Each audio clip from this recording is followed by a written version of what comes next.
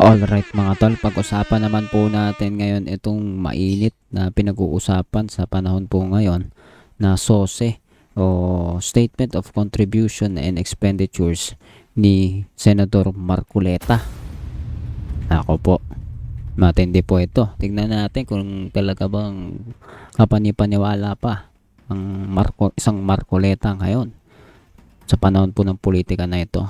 Umpisa na po natin to, pero kung hindi ka pa nakasubscribe ay please hit the subscribe button and notification bell para updated ka palagi sa mga videos natin na parating. So umpisa na natin to, let's go.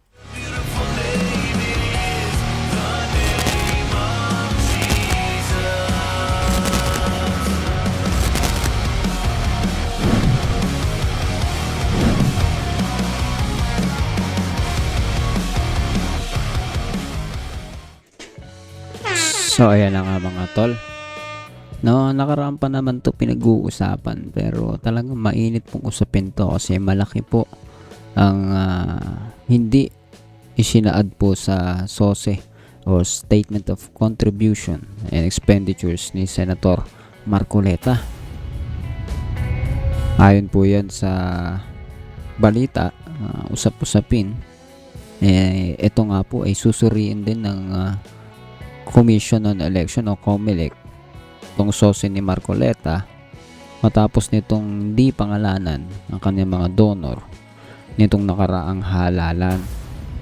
Gumastos umano ng 100 milyon si Marcoleta para sa kanyang kampanya, higit o doble sa net worth na 51 million sa kanyang 2025 na salin. Ako po. Sige, bago po tayo magbigay ng opinion, panoorin natin itong balita patungkol dito. Silipin ng COMELEC ang Statement of Contribution and Expenditures o SOSE. Silipin ng COMELEC ang Statement of Contribution and Expenditures o SOSE ni Senador Rodante Marcoleta. Kasunod dito ng sinasabing pag-amin ng senador na hindi niya isinama sa SOSE ang kontribusyon ng ilang kaibigan dahil sa hiling na manatiling anonymous. Umabot sa 112 million pesos ang ginastos sa kampanya ni Marcoleta noong midterm elections. Sinabi ni COMELEC Chairman George Erwin Garcia na maaaring maharap sa reklamong perjury o falsification of public documents ang senador sakaling mali ang impormasyong inilagay sa SOSE. After po yung aming investigasyon na ginawa doon sa contractors ay at noong 2022 at 2025, mas maganda po sabihin na tinitingnan na namin individually yung mga SOSE patungkol sa deklarasyon, tamang deklarasyon na isama ba o hindi na isama. Maganda po yun, yung may mga statement publicly na binigay, yung mga involved na personalidad, kahit paano pwede po kasi namin pagbasihan yon yung mga statements na yan. Patuloy din ang investigasyon sa 31 kontraktor na nagbigay ng donasyon sa mga kandidato noong midterm elections. Sa ilalim ng Omnibus Election Code, ipinagbabawal na magbigay ng kontribusyon sa kandidato ang sinumang may aktibong service contract sa pamahalaan.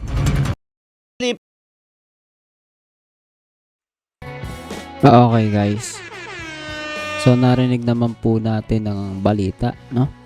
At ayon po dito sa balita, hindi dineklara, no? Hindi pinangalanan yung kanyang mga donor nung dumaang itong nakalipas po na eleksyon o nakaraang halalan. Kayo po, ano pong tingin ninyo dito? Bilang isang public servant, 'di ba?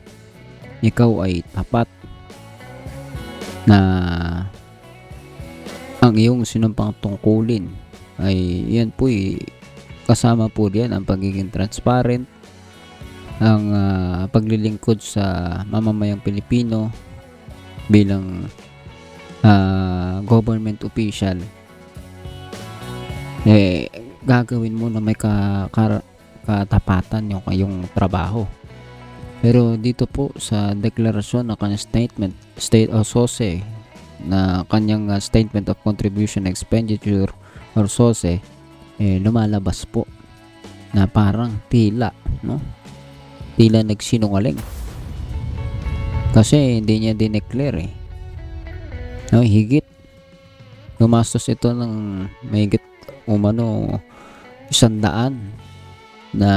milyon piso si Marcoleta. Kung ako po yung mag-iisip, ang isang kandidato na gumagastos talaga ng ganong kalaki, whether it's a donation from someone,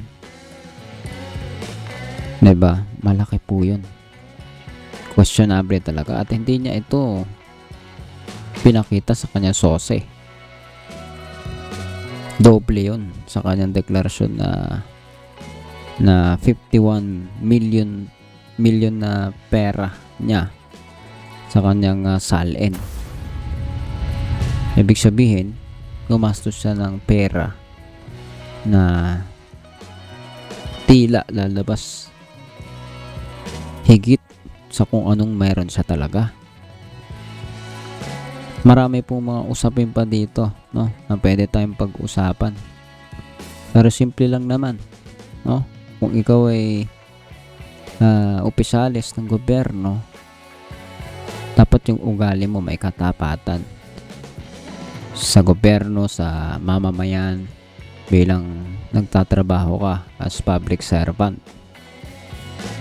Marami na pong, kung ako po tatanungin, marami pong nagiging to si Marcoleta sa ating paningin, without any bias set of mindset, diba, pananaw dito kay Marcoleta. Hindi tayo bias, diba, pero kung titignan mo, bias yung galaw niya.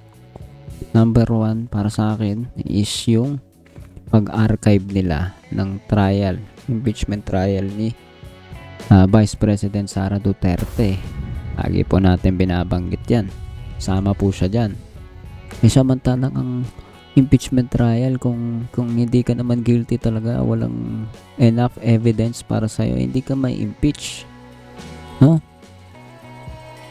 pero diba, isa siya sa number 1 tumutol dito. Grabe po, questionable po yan talaga.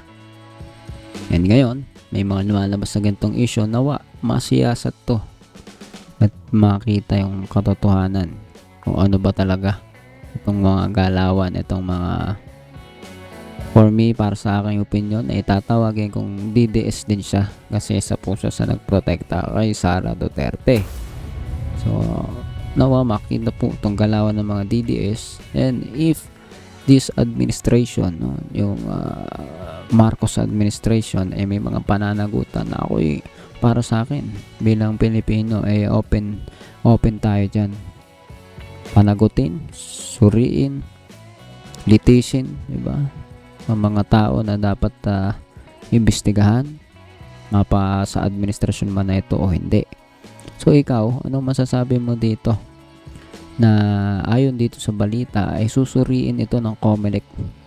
Titignan na po matapos na malaman nga itong anomalya sa SOSE, or sabihin na natin SALN din, kasi diba pag SALN magkakakonekta yan, pati yung SOSE.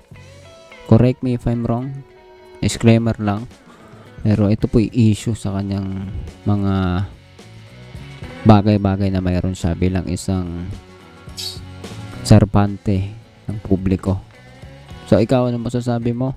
Please comment on below, pag-usapan natin sa comment section, and do not forget to hit the subscribe button and notification bell para updated ka palagi sa mga videos natin na parating. See you ulit susunod na video.